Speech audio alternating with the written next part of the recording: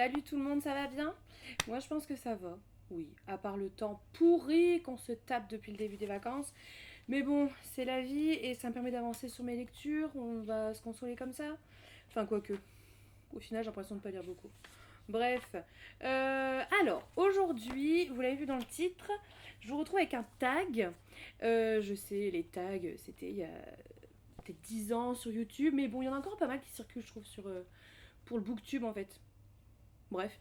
Et donc là, on va faire le tag une chanson des années 80, un livre. Donc c'est un tag qui a été créé par Lorraine de Les mots de l'imaginaire. Je vous mets sa vidéo en barre d'infos, allez la voir. Et donc j'ai trouvé trop cool parce que j'adore les chansons, j'adore les années 80. Enfin les chansons, j'adore les chansons. J'adore la musique. Et les années 80, etc. etc. Donc voilà, j'ai trouvé ça cool de le faire. Donc en fait, on part sur 9 questions. Ouais, j'étais étonnée, ça se trouve j'en oublie une. 9 chansons françaises des années 80.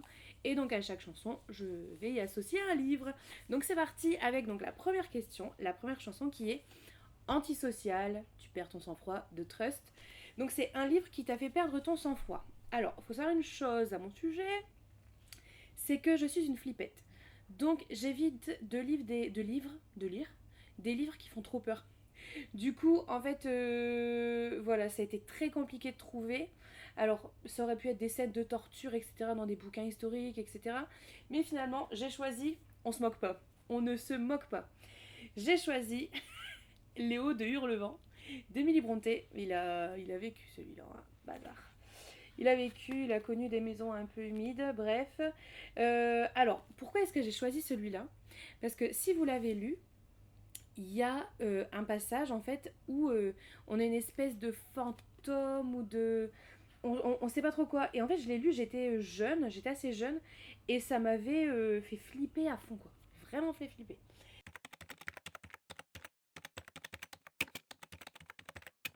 Donc, on se moque pas, ok? Léo Durlevent, d'Émilie Brontë. On continue avec... Ah oui, autre chose. Si vous entendez un bruit en arrière-fond, c'est le sèche-linge. Voilà, c'est tout. J'ai oublié de le mettre en pause. Et c'est pas grave, ça fait partie de la vie, quoi. On lave du linge, on le fait sécher. Alors, on continue avec Voyage, voyage de Désirless. Un livre qui t'a fait voyager. Alors celui-là, je vais le mettre en photo ici parce que je l'ai lu en numérique, en e-book. Il s'agit de La Panthère des Neiges de Sylvain Tesson, que j'ai beaucoup aimé. Je l'ai lu l'an dernier. Je crois qu'il avait gagné le Goncourt. À vérifier. Voilà, donc en fait, il est parti à l'aventure avec un photographe, j'ai oublié son nom, à la recherche de la fameuse panthère des neiges, et on est vraiment dans les étendues de neige en Asie. C'est vraiment très très dépaysant. Alors moi je l'ai lu au printemps ou en été, enfin au début de l'été. Je pense que ça peut rentrer dans un challenge hivernal si jamais ça vous intéresse de le lire. Et on continue, numéro 3, L'aventurier d'Indochine, un héros cool de la littérature. Pareil, j'ai dû faire un choix. J'ai choisi Artemis Fowl de Winkelfer. C'est une de mes sagas préférées. Voilà, je l'ai déjà dit, peut-être je le dirai à chaque vidéo, c'est pas grave. C'est une de mes sagas préférées. Donc, c'est un petit gamin surdoué. Voilà, Artemis Fowl, quoi. Surdoué, il a 12 ans. 12 ans, je crois qu'il avait 11 ans. 12 ans. Et voilà, il est vraiment cool. Il est vraiment cool. J'adore. Lisez cette saga. Faites-le lire aussi à vos enfants ou à vos petits frères, petites sœurs, neveux, nièces, cousins, cousines. On continue avec toute première fois, toute première fois, toute première fois. De Jeanne Masse, un livre qui m'a fait découvrir un genre. Alors, en fait, c'est un peu la mauvaise foi parce que ça reste de la fantaisie, mais c'est le premier fantasy adulte que j'ai lu. J'étais au collège, ça s'appelle La chute d'Atlantis, c'est de Marion Zimmer Bradley. J'ai adoré ce roman. J'ai adoré ce roman. C'est au moment en fait de voilà, la chute d'Atlantis, l'île mythique, enfin la terre mythique. Donc on suit deux sœurs, Domaris et Déoris. Domaris qui est plus, si je me souviens bien, hein, parce que je l'ai lu plusieurs fois, mais on sait jamais. Domaris qui est plus sage entre guillemets, Déoris qui elle est un peu plus rebelle et du coup va faire des mauvais choix. C'est ça. Déoris, elle va se laisser séduire par l'adepte Riveda qui hésite entre la lumière et les ténèbres et que seul l'amour pourrait sauver. Enfin bref, voilà. J'ai adoré ce roman. Je vous le conseille si vous le trouvez. On a du mal à le trouver. Enfin en tout cas, fut un temps on avait du mal à le trouver. C'est ma cousine qui me l'avait offert. Je crois qu'elle avait trouvé je sais plus, peut-être Momox ou quelque chose comme ça. Dis-moi, hein, si tu passes par là, dis-moi où tu l'avais trouvé parce que j'ai oublié. Mais voilà, j'adore ce roman. Faudrait que je le relise, tiens, ça fait longtemps. On continue avec En rouge et noir, j'exilerai ma peur. Toujours de Jeanne Masse. Arrête de chanter, c'est moche. Alors, En rouge et noir, celui-là aussi j'aurais pu mettre dans la question précédente, vous allez voir. Les hommes qui n'aimaient pas les femmes de Stieg Larsson. Larsson. Il est recouvert. On a fait ça bien, hein. Ouais. Il est recouvert. Oh, il y a un truc. Ah oui, non. Ouais, j'avais pris des notes dedans. C'est la première fois que j'ai fait ça, je pense. Première et dernière. C'est donc la saga Millennium. C'est le premier tome de la saga Millennium. J'aurais pu le mettre aussi dans la question précédente, hein, qui m'a fait découvrir un genre parce que c'est un peu un thriller. Enfin, c'est thriller, polar. C'est indescriptible en fait. Donc on suit Michael Blomqvist, je regarde en même temps parce que j'ai du mal à dire, Blomqvist, voilà, et Lisbeth Salander. Ils vont enquêter en fait sur une série de meurtres et voilà, c'était super. Il y a 3 tomes officiels entre guillemets écrits par Stieg Larsson. Après il est décédé, donc c'est pas lui qui a écrit les éventuelles suites. Donc moi je me suis arrêtée en fait à la trilogie que lui a écrit. Voilà, donc couverture rouge et noire, hein, cette fameuse collection Acte Noir de Actes Sud. On continue, attendez, je tourne ma page, mon petit carnet qui brille. Wow, je l'adore ce carnet. Par, Les lacs du Connemara de Michel Sardou. Alors, un livre qui se passe en Irlande ou en Écosse. J'en avais plusieurs, mais j'ai quand même choisi Outlander de Diana Gabaldon. Voilà, la série, c'est le premier tome, Le Chardon et le Tartan. Je crois que, en fait, j'ai jusqu'au 6, mais j'ai lu que les 2 premiers pour l'instant. Voilà, on s'en fiche. Donc, c'est l'histoire de Claire Randall, qui passe des vacances en Écosse après la Seconde Guerre mondiale, en fait, en 45. Et elle rencontre un cercle de pierres, et en fait, elle bascule de l'autre côté d'une pierre, enfin, elle rentre dans la pierre, et elle se retrouve en 1743. Voilà, où elle tombe sur Jamie Fraser. Donc, en pleine guerre en fait entre l'Angleterre et l'Écosse. Donc forcément, elle est anglaise, elle arrive en terre écossaise, donc forcément elle se fait mal voir, évidemment.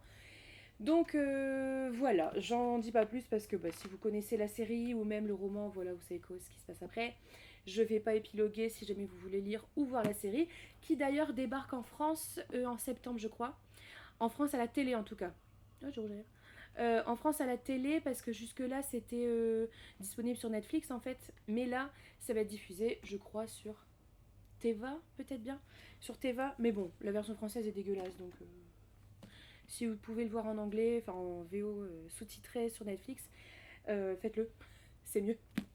Voilà, puis il y a les accents et tout, et puis Jamie Fraser. On continue avec Viens boire un petit coup à la maison. Allez, viens boire un petit coup. C'est une activité démoniaque, il faut brûler cette personne. On va brûler au bûcher. Licence 4. Donc un personnage qui aime faire la fête. Alors là, j'ai sélectionné Viviane de Au bonheur des filles, que je mets là, parce que pareil, j'ai lu en e-book, de Elisabeth Gilbert, enfin Gilbert peut-être. Donc dans Au bonheur des filles, donc c'est Viviane, en fait une jeune fille de bonne famille, qui est envoyée, parce que je sais plus trop ce qu'elle a fait comme bêtise, elle a 19 ans, elle est envoyée chez sa tante Meg qui a un théâtre sur Times Square. Donc on est en pleine, dans les années 40, New York des années 40. Donc elle a un théâtre sur Times Square et en fait elle va devenir costumière du théâtre de sa tante et elle va découvrir en fait toutes les fêtes de New York. On imagine bien, vous savez, c'est un peu encore, en tout cas dans le livre, c'est un peu encore comme l'ambiance Gatsby le Magnifique. Vous voyez, les fêtes au champagne, etc., etc. La jeunesse qui fait la fête jusqu'au petit matin et qui repart travailler sans dormir, la drogue, etc., l'alcool. Voilà, et franchement, j'ai beaucoup aimé ce livre. J'ai beaucoup aimé ce livre. On continue avec Quand la musique est bonne, bonne, bonne. Jacqueline, je vais te taper, hein. Je vais te taper mal. Un livre où la musique est importante. Alors là, j'ai galéré à trouver. Franchement, j'ai galéré à trouver. J'ai un message. Je sais pas, c'est peut-être ma soeur. Voilà, donc ouais, j'ai galéré à trouver. Donc un livre où la musique est importante, c'est vraiment le comble en fait. Parce que, ben voilà, je travaille dans la musique. Et franchement, j'ai eu du mal. Alors, j'ai sélectionné, j'ai failli prendre Les Brumes de Cendrelune parce qu'il y en a un qui joue du piano, l'autre qui joue du violon. Finalement, j'ai pris Baby Jane à Broadway parce que j'ai adoré ce roman. De Ahava Sorarouf, je sais pas exactement comment on le prononce, mais voilà. Donc ça se passe fin des années 80, 1988 très exactement, à Manhattan, enfin en tout cas à New York. C'est l'histoire donc de Tess, une ex-danseuse qui a survécu à un incendie mais qui est complètement traumatisée en fait. Elle a développé une agoraphobie très envahissante en fait, jusqu'au jour où elle va tomber sur une affichette, sur une affichette qui annonce des auditions pour un spectacle, pour un nouveau spectacle burlesque. Et en fait, elle va tenter le tout pour le tout et elle va prendre son courage à deux mains et aller jusque là-bas, donc pour voilà, cabaret burlesque. Et elle va aller jusque là-bas et voilà, ça va être aussi un peu sa renaissance, etc. à travers la danse et le théâtre. Donc j'ai vraiment beaucoup aimé ce roman aussi, j'ai adoré. En plus, on est toujours sur Broadway, donc ça fait grave plaisir. Voilà, je recommande vraiment. Ensuite, eh ben on arrive à la dernière. Ah ben on est encore dans New York en fait. Un jour j'irai à New York avec toi, toute la nuit. Je vous mets un pain. Téléphone, pareil, le bouquin, je vais le mettre quelque part ici. Il s'agit de La pâtissière de Long Island de Sylvia Lotte. Je le mets ici parce que je l'ai prêté, je crois, et je le retrouve pas ou il est toujours en prêt, je sais pas. De Sylvia Lotte. Celui-là, j'ai beaucoup aimé aussi, on me l'a offert à Noël. Oh, en fait, c'est chiant la lumière, il va falloir que je fasse quelque chose. Il s'agit en fait d'une jeune femme, juste avant la Deuxième Guerre mondiale, qui est envoyée à New York. Voilà, c'est une Allemande. Elle est envoyée à New York, je crois qu'elle est juive. Non, elle n'est pas juive. Non, elle n'est pas juive. Elle est fiancée, elle, sur place avec un instituteur, on s'en fout, en Allemagne. Et elle est envoyée à New York parce que je crois qu'ils sentent le vent tourner. Et elle a dans ses bagages la recette secrète du cheesecake qu'elle faisait avec sa grand-mère, ou je sais pas trop qui. Et donc elle va ouvrir une pâtisserie à Long Island. Et puis rencontrer des gens, tout ça. Et son fiancé, resté en Allemagne, devient un nazi. Je sais pas si on a le droit de dire ce mot sur YouTube. On a le droit ou pas? Bah écoutez, en fait, si ça se trouve, vous allez pas voir cette vidéo.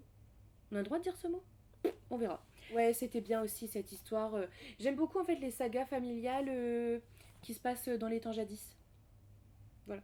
Saga familiale ou alors histoire de tranche de vie en fait d'un personnage dans les temps jadis. Voilà. Peut-être un jour je vous ferai une vidéo sur mes sagas familiales préférées. Et voilà. Eh bien, c'est tout. J'ai par contre une question à vous poser. Est-ce que vous voulez les unboxings de la Fairyloot ou pas? Voilà, parce que je sais que c'est pas forcément intéressant toujours de regarder quelqu'un qui ouvre une boîte.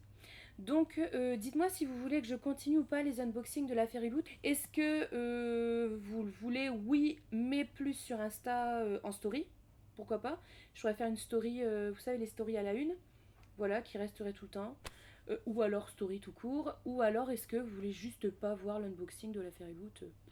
Dites-moi dans les commentaires. Et puis voilà, parce que voilà, moi ça fait pas très longtemps que je suis là sur YouTube. Je sais pas si je vais rester encore très longtemps, mais en tout cas, tant que je suis là, voilà, faut que j'apprenne un peu à faire, voilà quoi, ce qui vous intéresse ou pas. Et puis voilà. Donc dites-moi dans les commentaires, mettez des pouces, dites-moi si vous allez bien. Et puis on se retrouve la semaine prochaine, peut-être pour l'unboxing de la Fairyloot, sinon pour autre chose, on verra quoi. Bisous!